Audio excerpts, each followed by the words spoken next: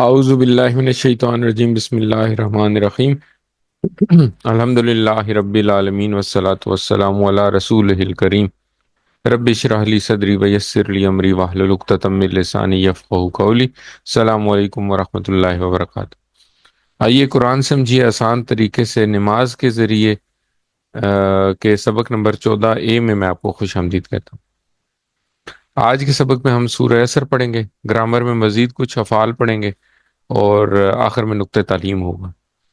اور آج کے سبق کے اختتام تک ہم 36,556 الفاظ سیکھ چکے ہوں گے انشاءاللہ۔ 7 ہوم ورک یاد رکھیں، 2 تلاوت کے، 2 پڑھنے کے، 1 سننے کا، 1 سنانے کا اور 1 نماز میں مختلف صورتوں کی تلاوت۔ اور پاکٹ بک اپنی ووکیبلری کو امپروو کرنے کے لیے استعمال کرتے رہیں۔ سب سے پہلے سورہ عصر کو لیتے ہیں تو اس کی تلاوت سنتے ہیں۔ بسم اللہ الرحمن الرحیم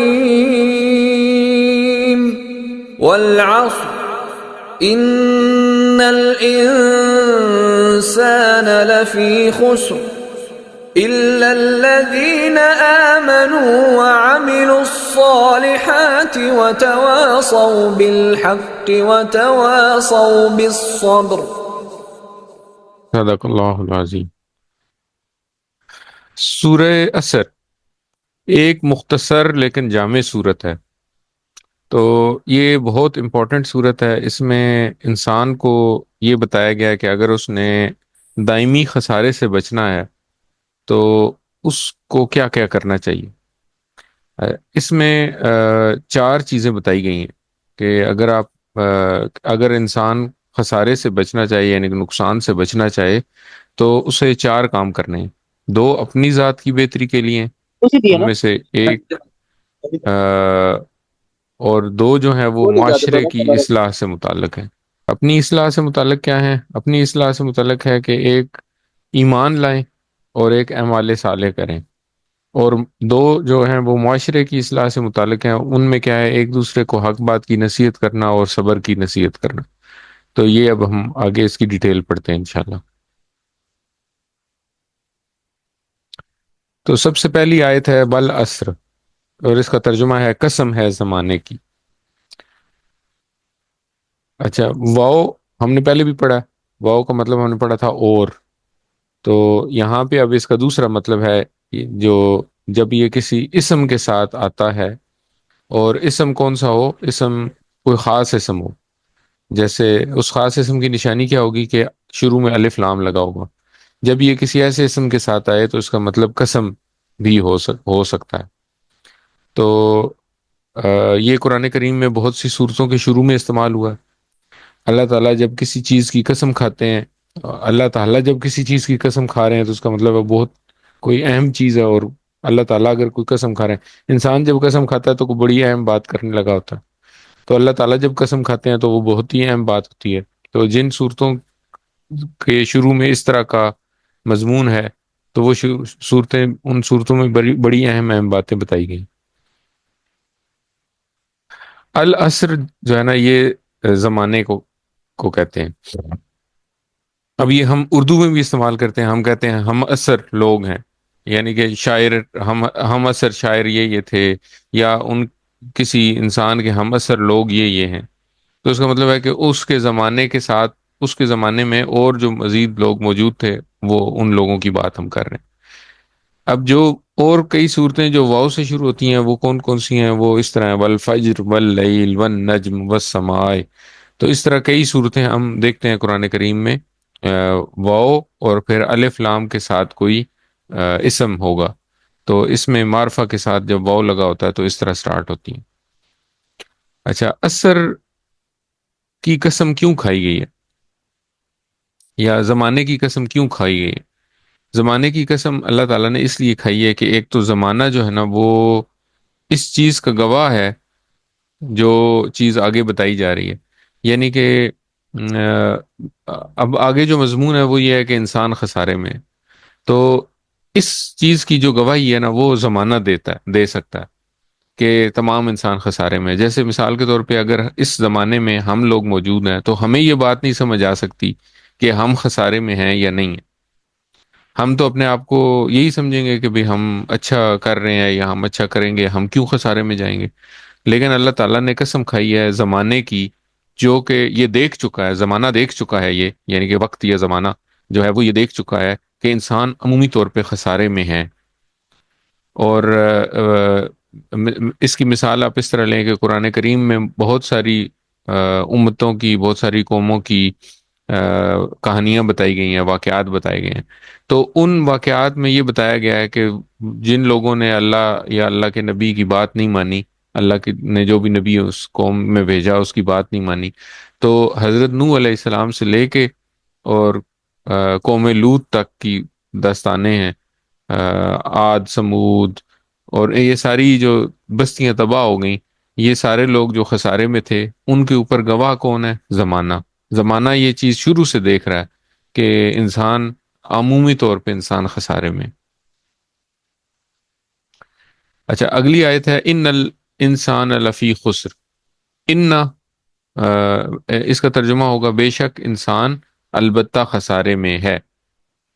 ان سب سے پہلا لفظ ہے وہ ہم نے پڑھا ان اللہ مع الصابرین، ہم نے اس کی مثال پڑھی تھی، اور ہم نے یہ پڑھا تھا کہ یہ قرآن کریم میں 1500 سے زائد دفعہ ہے، تو یہ بہت امپورٹنٹ لفظ ہے۔ ان کا مطلب ہے بے شک، الانسان کا مطلب ہے تمام انسان۔ یہ ال جو ہے یہ ہم نے دو باتیں پڑھی تھیں ال کے بارے میں، کہ ال اسم معرفہ کے لیے بھی استعمال ہوتا ہے، یعنی کہ کسی چیز کو عام سے خاص کرنا ہو، جیسے الکتاب، تو ہم نے پڑھا تھا کہ استعمال ہوتا ہے۔ اسی طرح ال اس وقت بھی استعمال ہوتا ہے جب کسی ساری نو کی بات ہو رہی، ایک نو پوری کی بات ہو رہی ہو، تو اس وقت بھی ال استعمال ہوتا ہے۔ یہ ہم نے پہلی دفعہ پڑھا تھا اعوذ باللہ من الشیطان الرجیم میں، الشیطان الرجیم میں ہم نے پڑھا تھا کہ الشیطان کا مطلب ہے ہر قسم کا شیطان، یعنی کہ ہر شیطان۔ تو اسی طرح یہاں پر الانسان کا مطلب ہے کہ تمام انسان۔ اچھا، لا، فی، یہ دو لفظ ہیں۔ لا کا مطلب ہے البتہ، اور فی کا مطلب ہے میں۔ اچھا، لا جو ہے یہ البتہ کا کیا مطلب؟ البتہ کا مطلب ہم نے پہلے بھی البتہ پڑھا تھا، ہم نے قد قامت الصلاۃ میں پڑھا تھا کہ قد کا مطلب ہے البتہ۔ تو البتہ چونکہ ہمارے اردو میں استعمال نہیں ہوتا، اس لیے اس کو سمجھنا تھوڑا سا ہو سکتا ہے مشکل ہو، تو انگلش میں اس کی ایکول جو ورڈ ہے وہ ہے انڈیڈ، یعنی کہ یہ یقینی طور پہ یہ بات کہی جا رہی ہے کہ انسان خسارے میں ہے۔ اور فی ہم پہلے بھی پڑھ چکے ہیں، فی سبیل اللہ ہم نے پڑھا تھا، اس کی مثال پڑھی تھی، اور فی کا مطلب ہے میں۔ اور لا، فی کا مطلب ہوا البتہ میں۔ اچھا، خسر، لا کے مختلف استعمالات بھی ہیں اس میں نا، تو لا جو ہے یہ تین طرح سے آتا ہے، لام کے ساتھ لا یا لی جو ہے یہ تین طرح سے آتا ہے۔ ہم نے سب سے پہلا والا پڑھا، ہم نے یہ پڑھا ہے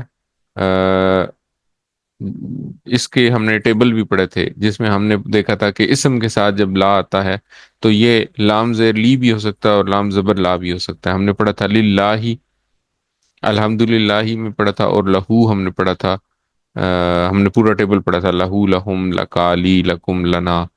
تو یہ جو ہے یہ جب بھی اسم کے ساتھ آئے گا تو اس کا مطلب ہوگا کے لیے۔ اچھا، اب آج ہم نے یہ پڑھا تیسرا والا، لا جب کسی حرف کے ساتھ آتا ہے تو اس کا مطلب آتا ہے، اس کا مطلب ہوتا ہے البتہ، ٹھیک ہے، یعنی کہ تاکید کے لیے ہے یہ لفظ۔ تو یہ دو ہم نے پڑھ لیے۔ اسی طرح آگے ہم تھوڑا دو تین لیسن آگے جا کے ہم پڑھیں گے کہ لام جب فعل کے ساتھ آتا ہے تو اس کا مطلب ہوتا ہے تاکہ، ٹھیک ہے۔ تو اس کی مثال ہے لیتدبروا یا لیتذکروا، تو تاکہ وہ غور کریں، تاکہ وہ نصیحت حاصل کریں۔ تو یہ ہم تھوڑا سا آگے جا کے کسی اور سبق میں پڑھیں گے۔ ابھی فی الحال بس یہ یاد رکھیں کہ لی ہم نے اسم کے ساتھ پڑھا تھا، اور اس میں ہم نے اس کا مطلب کے لیے پڑھا تھا۔ آج تک ہم لی جب بھی پڑھتے تھے تو اس کا مطلب کے لیے کہتے تھے۔ جب یہ حرف کے ساتھ آئے گا تو اس کا مطلب ہے انڈیڈ یا البتہ۔ جیسے لقد ہم نے قد پڑھا تھا، ہم نے قد کے ساتھ ہی ہم نے ایک اور لفظ پڑھا تھا لقد، تو وہاں پہ بھی البتہ تحقیق اس کا مطلب ہے، اور لافی میں بھی ہے کہ البتہ۔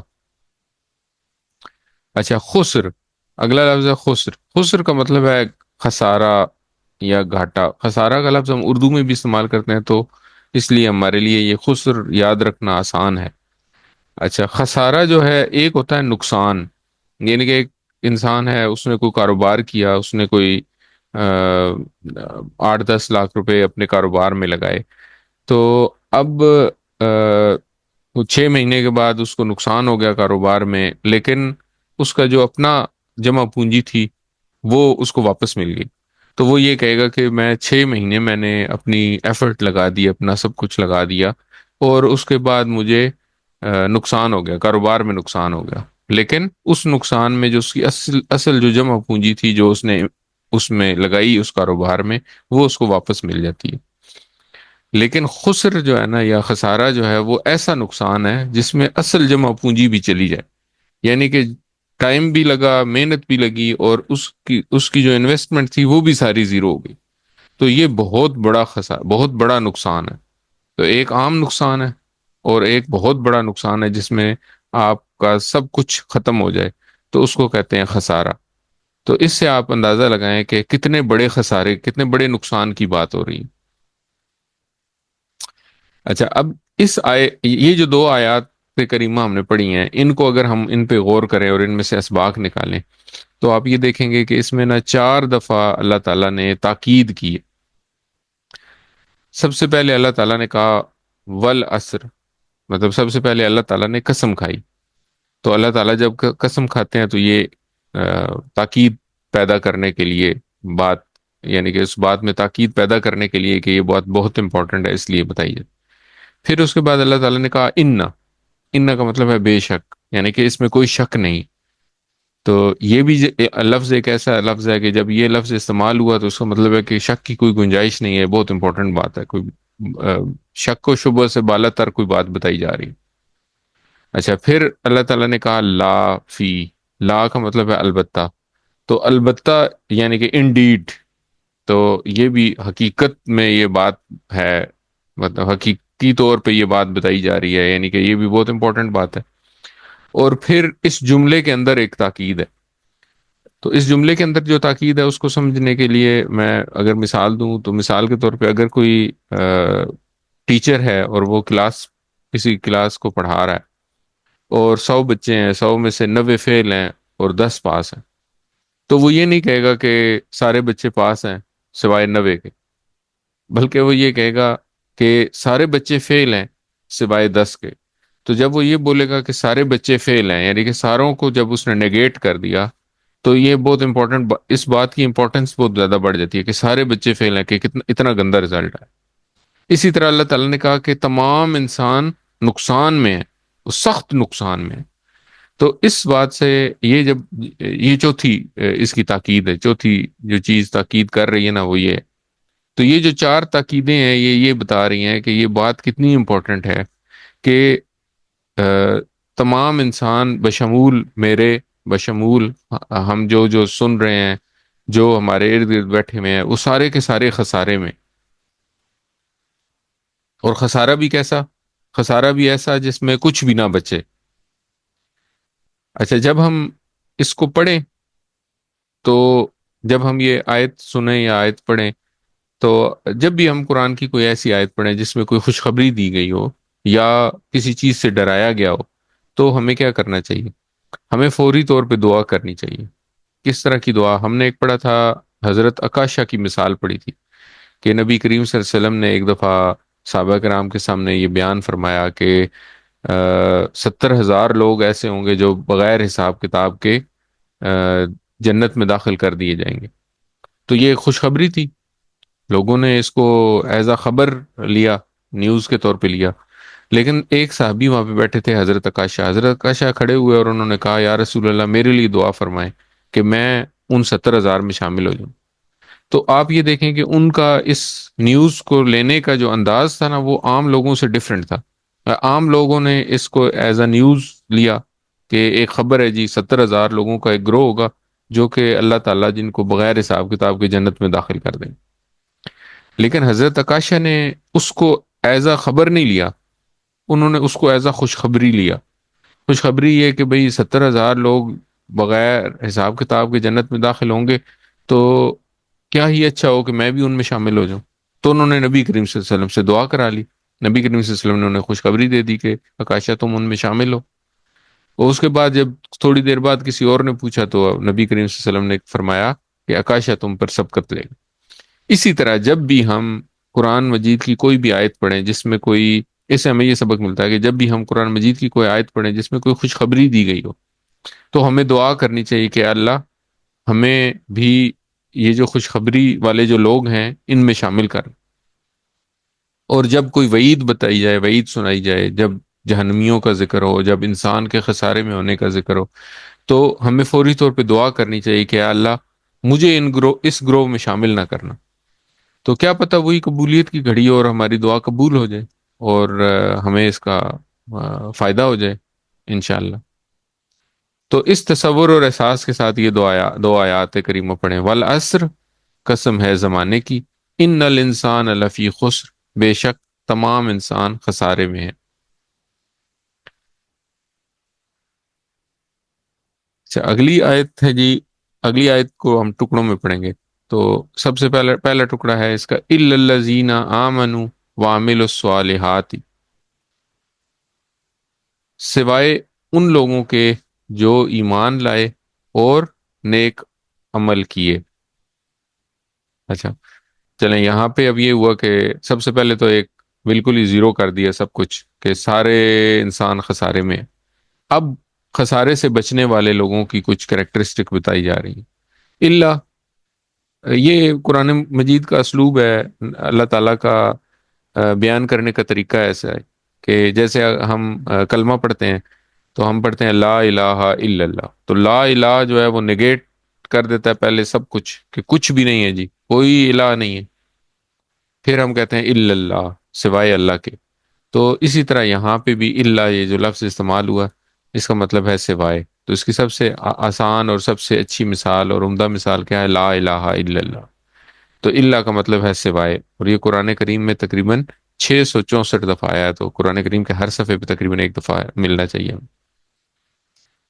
الذین، یہ بھی ہم پڑھ چکے ہیں، ہم نے سورہ فاتحہ میں پڑھا تھا الذین صراط الذین انعمت علیہم. الذین، وہ لوگ جو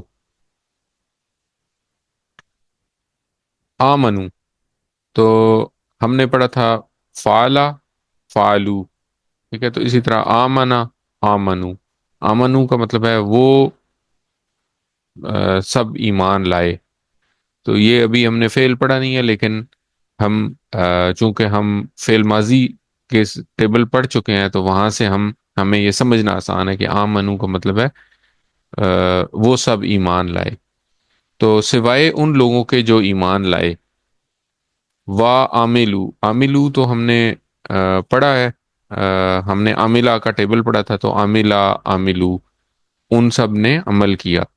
تو وا عاملو، وا اور عاملو عمل، ان سب نے عمل کیا. اچھا، الصالحات، صالحات جو ہے نا یہ ہم نے شروع میں پڑھے تھے، کچھ اسم پڑھے تھے. ہم نے پڑھا تھا صالحن، اور اس کی مؤنث ہم نے پڑھی تھی صالحتن.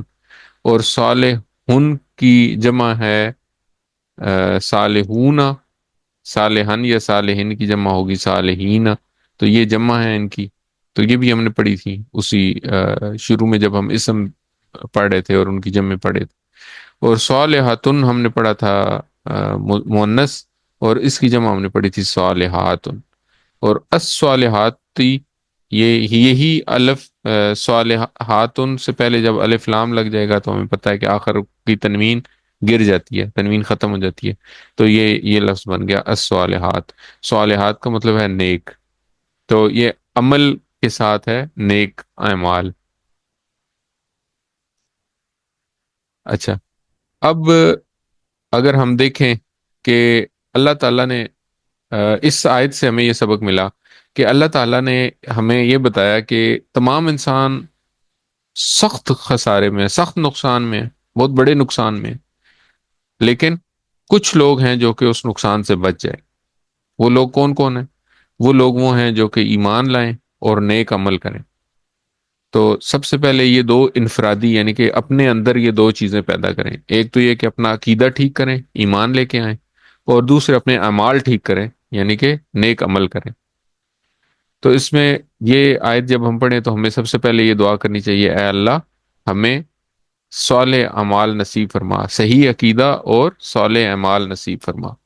اور پھر ہمیں احتساب کرنا چاہیے کہ ہم صالح اعمال کون کون سے ہیں اور کیا وہ ہم کر رہے ہیں یا نہیں کر رہے۔ اور صالح اعمال میں یہ شامل ہے نماز ہے، روزہ ہے، زکوٰۃ ہے، حج ہے، قرآن پڑھنا، ذکر کرنا، بھلائی کا حکم دینا، برائی سے روکنا۔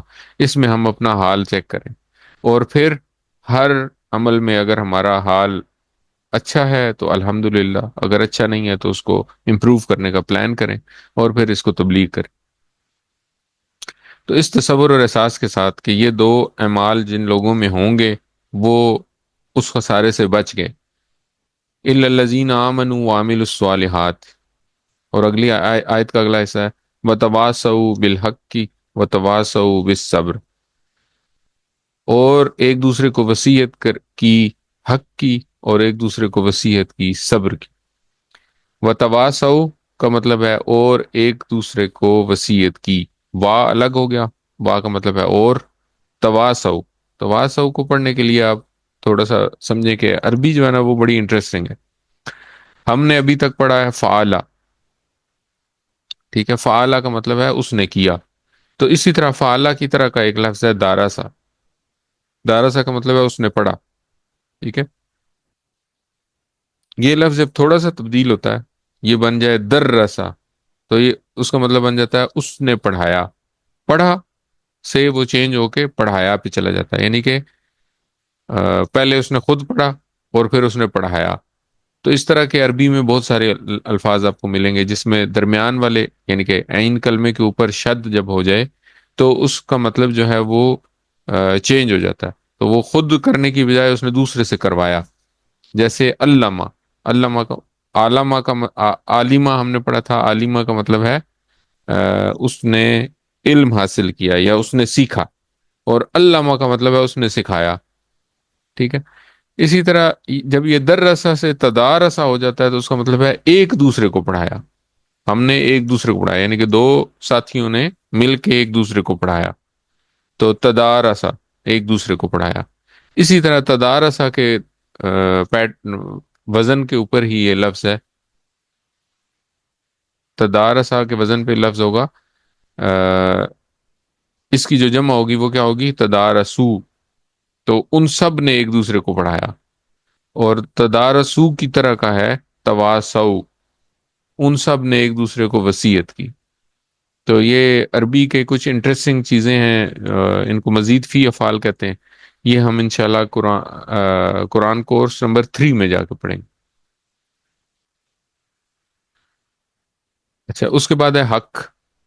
حق تو ہم اردو میں استعمال کرتے ہیں، حق کا مطلب ہے سچ، اور بل حق کی دو ٹکڑے ہو گئے، بی کا مطلب ہے سے، ہم نے پڑھا تھا بسم اللہ الرحمن الرحیم سے، اور الحق تو حق کی، تو ایک دوسرے کو وصیت کرتے ہیں کس چیز کی، حق کی۔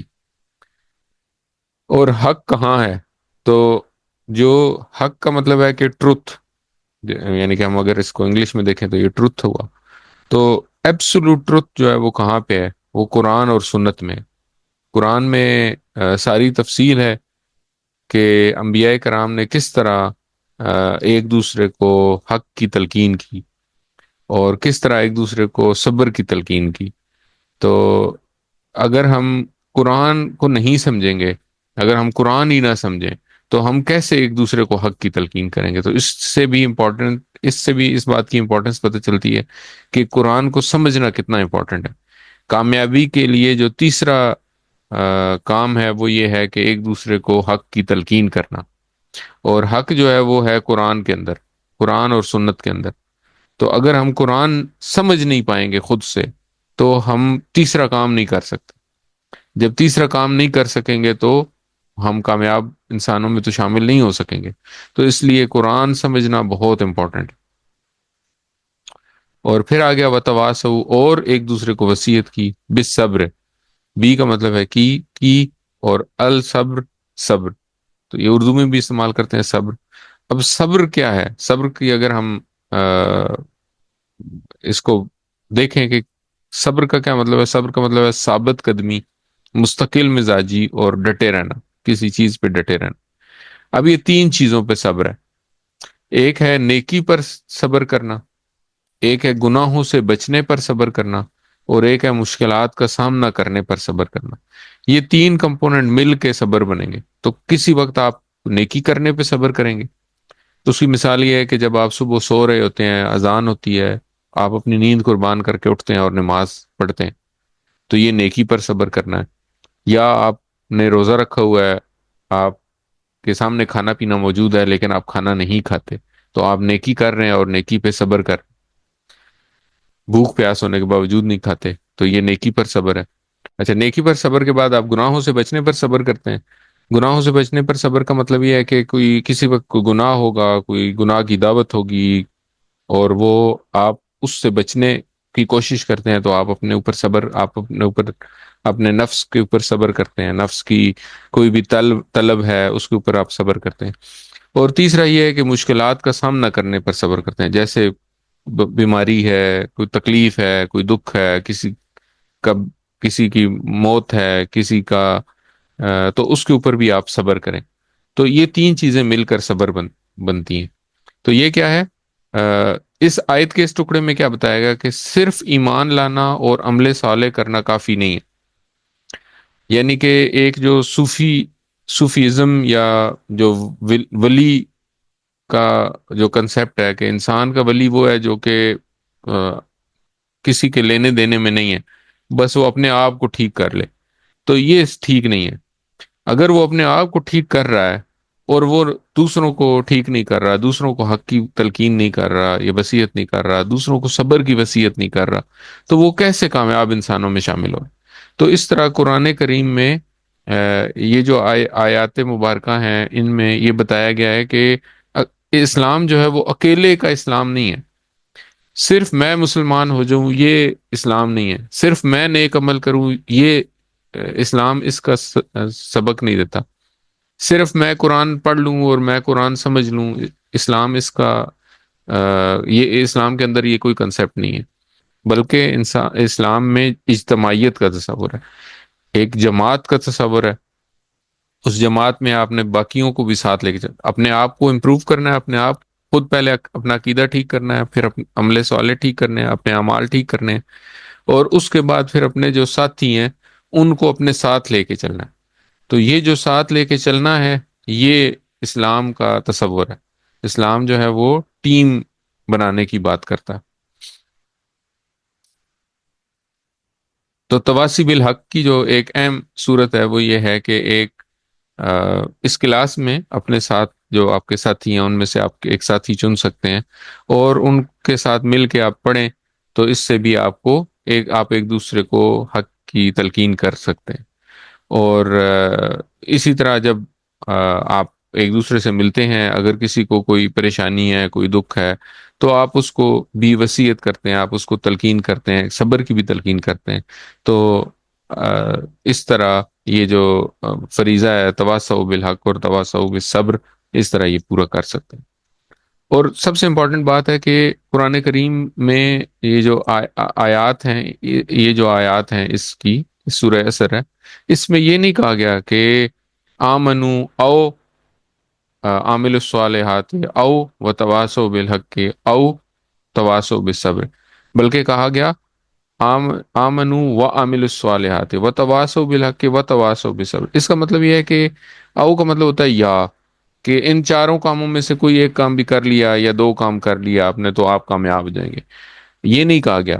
اللہ تعالیٰ نے بڑا کلیئرلی یہ بتایا کہ یہ چاروں کام جو بندہ کرے گا، جو انسان یہ چاروں کام کرے گا، وہ کامیاب ہوگا، وہ اس خسارے سے بچے گا جس خسارے کی بات کی ہے.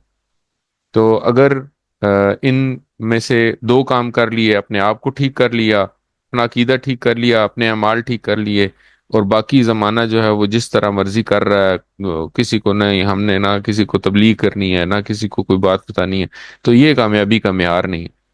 سورہ قرآن کریم میں کسی آیت، کسی صورت میں وہ ایک بنی اسرائیل کا واقعہ بیان کیا گیا کہ جس میں اللہ تعالیٰ نے بنی اسرائیل، حضرت جبرائیل کو حکم دیا کہ بنی اسرائیل کی ایک بستی ہے اس کو الٹ دو.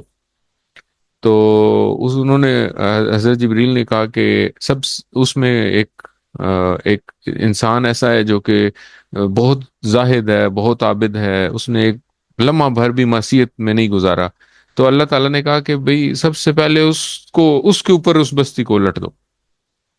کہ اس اس نے یہ سمجھا کہ اسلام کا تصور یہ ہے کہ بھئی میں نے اپنے آپ کو ٹھیک کرنا ہے، باقی بستی جو مرضی کرتی رہے. تو یہ ایسا نہیں ہے. یہ اسلام میں اس آیت، یہ سورت جو ہے یہ بڑے کلیئرلی بتا رہی ہے کہ یہ چاروں چیزیں اکٹھی موجود ہوں گی تو ہم خسارے سے باہر ہیں.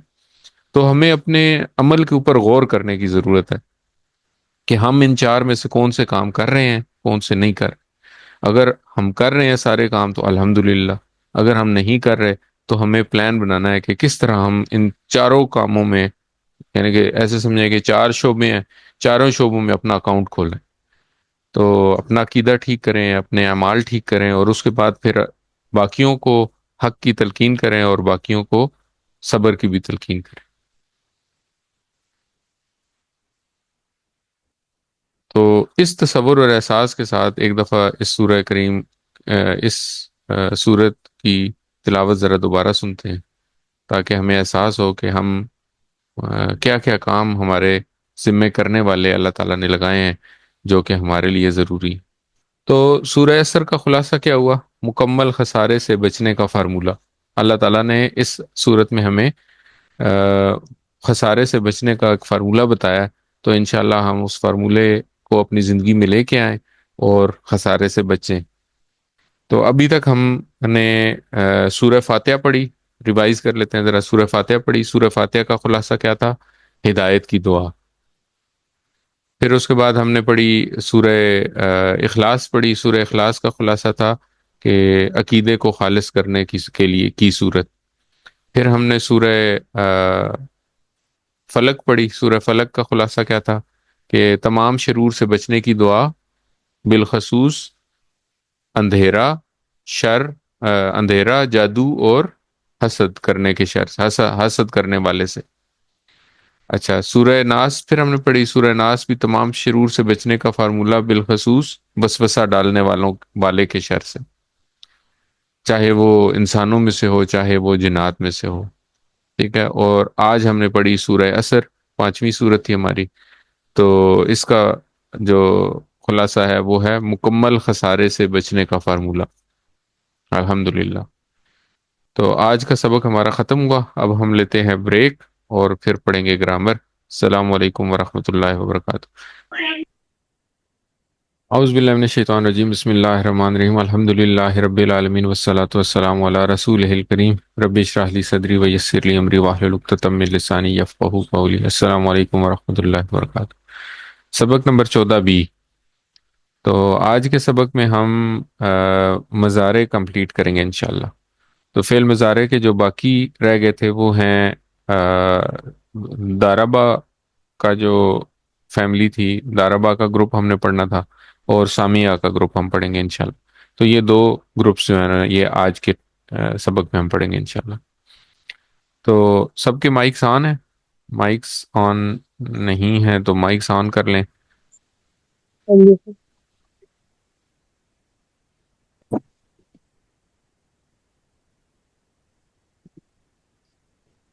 تو گرامر ہم کرتے ہیں ٹی پی آئی کے ساتھ. ٹی پی آئی کے 7 کمپوننٹس ہیں. ہم ہمیشہ شروع میں سب سے پہلے تو ان کو ریوائز کرتے ہیں.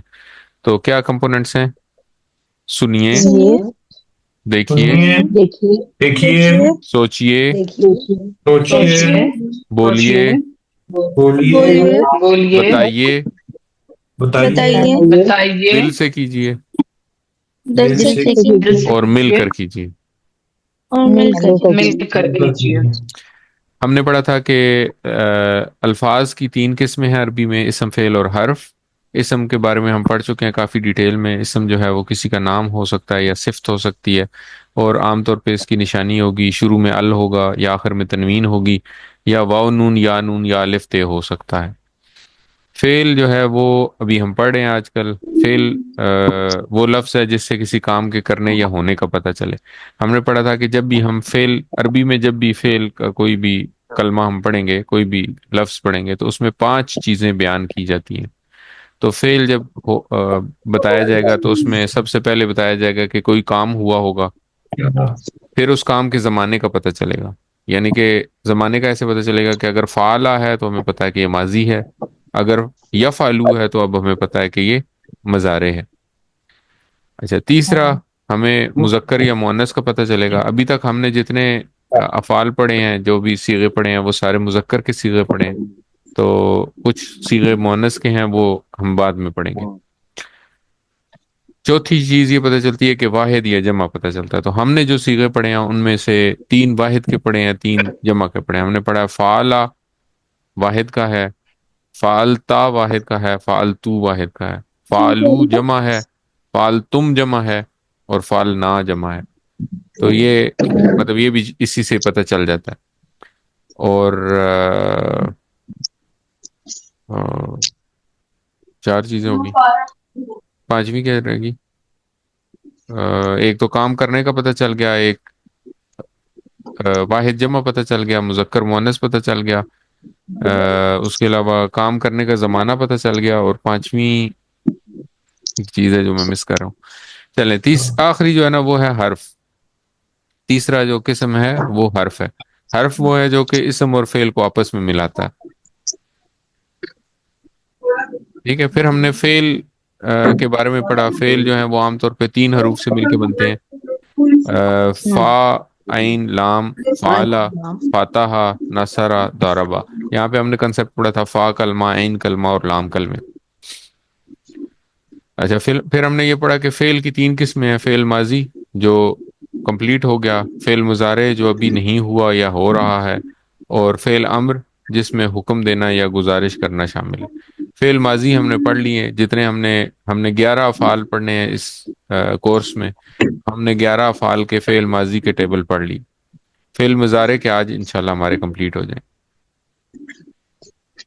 یا ریوائز کریں اگر، تو ہم نے یہ پڑھا تھا کہ جو ماضی کے صیغے ہیں ان کے آخر میں تبدیلی آتی ہے، اور جو مضارع ہے اس کے شروع میں تبدیلی آتی ہے. تو ہم نے یہ پڑھا تھا فعلا، فعلو، فعلتا، فعلتو، فعلتم، فعل. ٹھیک ہے.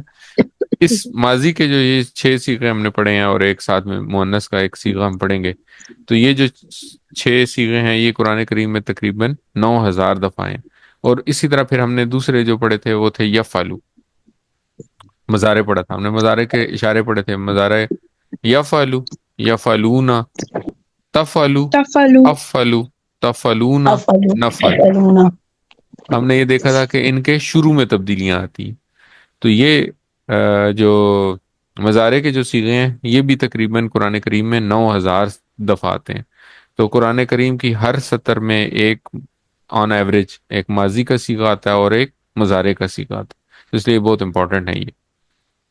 اچھا، پھر ہم نے 4 ٹیب پڑھا کہ ہم نے یہ پڑھا کہ 4 گروپس ہیں، افعال کے 4 گروپس ہیں. پہلا گروپ ہم نے پڑھا فاتحہ، دوسرا گروپ ہم نے پڑھا ناصرہ، تیسرا ہم نے پڑھا ضربہ، اور چوتھا ہم نے پڑھا سامیہ. ماضی میں جب ہم نے پڑھے تھے تو ہم نے یہ دیکھا تھا کہ جو پہلے 3 گروپس ہیں یہ تو سیم ہی ہیں، تینوں کلموں کے اوپر زبر ہے. لیکن جو سامیہ ہے اس میں عین کلمے کے نیچے زیر ہے. تو یہاں سے ہم نے چوتھا جو گروپ ہے اس میں ڈفرنس ہمیں پتہ سمجھ آ گئی کہ جب بھی ماضی کے صیغے میں عین کلمے کے نیچے زیر ہوگی تو یہ سامیہ کا ٹیبل ہے. ٹھیک ہے. تو سامیہ جس طرح سامیہ ہم پڑھیں گے اسی طرح سامیہ کی طرح ہی وہ بھی بنے گا. اچھا، فاتحہ، ناصرہ، ضربہ میں ماضی میں تو کوئی فرق نہیں تھا، لیکن مضارع میں جب مضارع ہم نے بنایا تو یہاں پہ ہمیں فرق نظر آیا تھا. ہم نے پچھلی دفعہ پڑھا تھا فاتحہ کا، ہم نے مطلب اس سے پچھلے ٹیوزڈے کی جو کلاس تھی اس میں ہم نے پڑھا تھا فاتحہ یفتح. ٹھیک ہے. تو ہم نے یہ دیکھا کہ عین کلمے کے اوپر زبر ہے. اچھا، ناصرہ ینصرو یہ ہم نے وینسڈے کو پڑھا. تو ہم نے یہ دیکھا کہ سواد کلمے عین کلمہ جو ہے یہاں پہ سواد ہے اور اس کے اوپر یہاں پہ پیش آ گئی، یہاں پہ زبر تھی یہاں پہ پیش آ گئی. آج ہم پڑھیں گے ضربہ یضربو.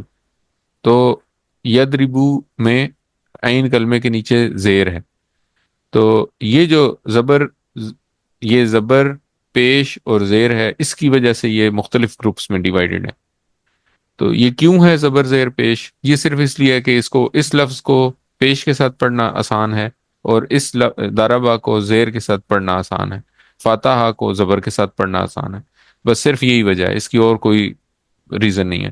اور یہ جو تبدیلی آئے گی، یہ جو تبدیلی ہے، یہ آپ کو پھر آگے جتنے بھی اس کے سیغے ہم پڑھیں گے ان سارے سیغوں میں نظر آئے۔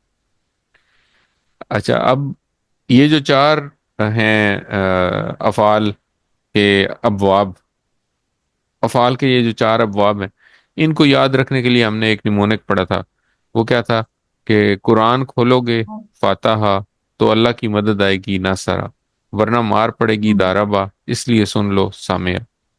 یہ آپ کی جو QC1 کی بک ہے اس کے آخری بیک کور کے اوپر یہ لکھے ہوئے بھی ہیں۔